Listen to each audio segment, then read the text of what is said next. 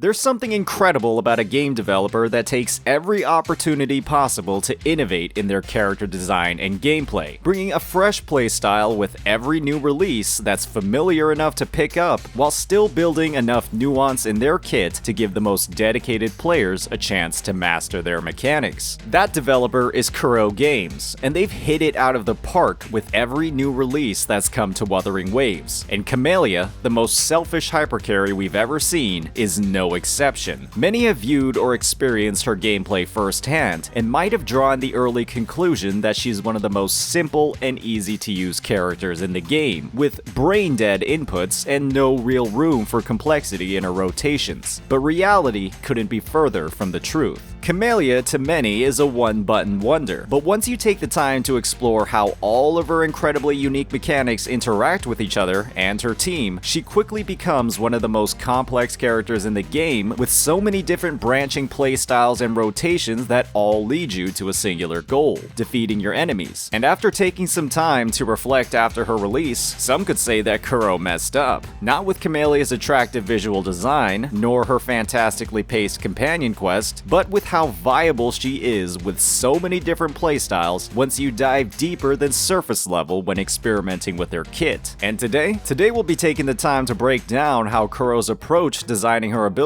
gave that absurd flexibility to every owner of this absolute lunatic. As always, if you're enjoying this content, please hit that like and subscribe button. The fact of the matter when it comes to Wuthering Waves' limited characters is that some releases are a lot more flexible or widely usable than others, oftentimes dramatically shifting their playstyle and rotations to accommodate for different teammates. Zhongli Yao, a liberation-focused electro DPS, is a prime example of this, with the ability to alternate between a hypercarry who demands an exceptional amount of field time across his teams, or a dual DPS who leverages quick swap windows across his long animations to deal 2 characters worth of damage at the same time. When we all previewed Camellya's kit and weapon prior to her release, there were a lot of eyebrows raised when we saw these lines: the absolute removal of many highly effective personal damage buffs whenever Camellya leaves the field. This reveal drove an understandable amount of concern from the player base, especially those who love the mechanical intensity involved with constant character swaps and very fast inputs. For many, that was one of the most engaging ways to play the game, and when Camellya appeared to have no synergy at all with those mechanics, many drew the early conclusion that she'd be the most oonga boonga, brain-dead hypercarry in the game, a title that many had awarded to Jian. Then, Camellya released, and wow, a lot of people, myself included, were completely wrong. This character has depth, complexity, and incredibly engaging gameplay. In a lot of ways, Kuro added the complexity of a quick-swap character lineup into the playstyle of a selfish hypercarry that demands as much field time as you can give her, and that was accomplished through their fantastic approach to her numbers and the incredibly unique way that her forte circuit works. It's become common knowledge across the player base that Camellya's raw basic attacks, you know, the one where she becomes a little Beyblade, actually deals more damage than her attacks in Blossom mode while attached to her vines. With a smaller AoE, greater tracking ability, and arguably dodgy hit detection when enemies move around, this attack is simply a bit harder to use compared to Camellya's traditional spin-to-win playstyle, while also leaving you much more exposed to enemy attacks. But when executed perfectly, leveraging her powerful dodge counters to immediately advance into the spin part of her attack chain, these basic spins will be the optimal way to play her if you're trying to max out her DPS. But spamming these basic attacks to deal damage? That doesn't come easy. Camellya's most popular and easy-to-use playstyle centers around her Blossom mode as the main way to deal damage. Camellya's intro skill, enhanced resonance skill, and her echo skill buff, if you're using crownless, will always position her in the air, making it easy to follow up with attacks as long as you're in Blossom mode. However, if you're trying to optimize her damage using regular basics, all of that time spent plunging and actually getting to the ground to use them can have a negative impact on her overall damage. This makes occasional casts and recasts of her resonance skill extremely helpful, even in her normal attack focus rotations to streamline that time getting to the ground and her Crimson Pistol buildup. Camellya, when you stop using Blossom Mode as your main form of damage, quickly turns from a one-button wonder into one of the most complex and nuanced characters in the game. In a lot of ways, you're getting two characters and playstyles for the price of one, with the only catch being her mandatory extended field time. That's incredible character design, and we haven't even gotten into how absurdly versatile her actual team rotations are. Camellya's Forte Circuit is another mechanic that adds incredible depth to her kit. What most players have recognized across Camellya's typical rotations is that going through her typical rotation, which involves consuming all of her pistols following an intro skill, building up her full 10 buds, and then releasing Ephemeral before diving into another rotation, takes a long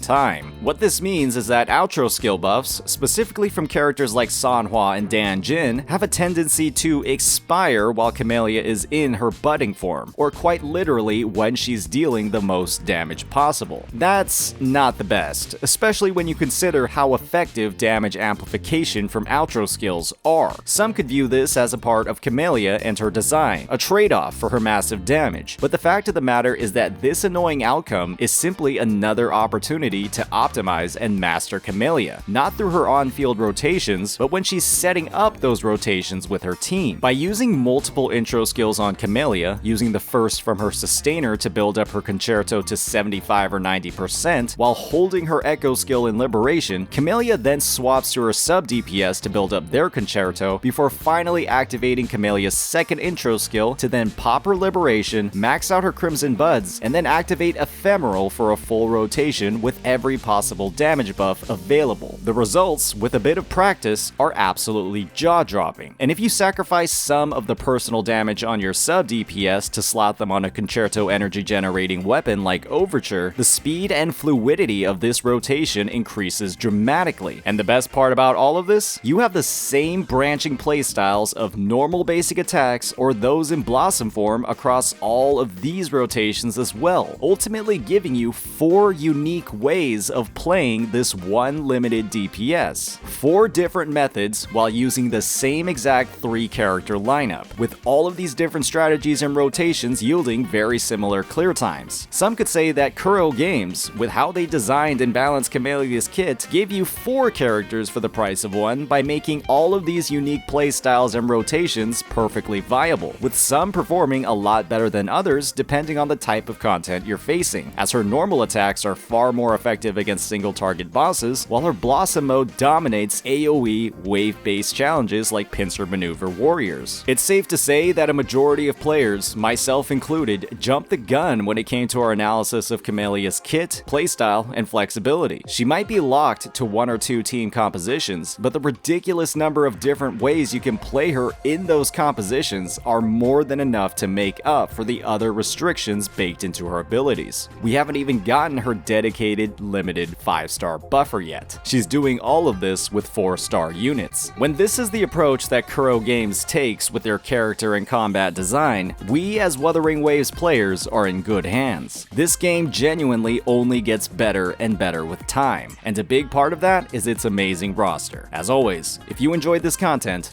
please hit that like and subscribe button. Peace out.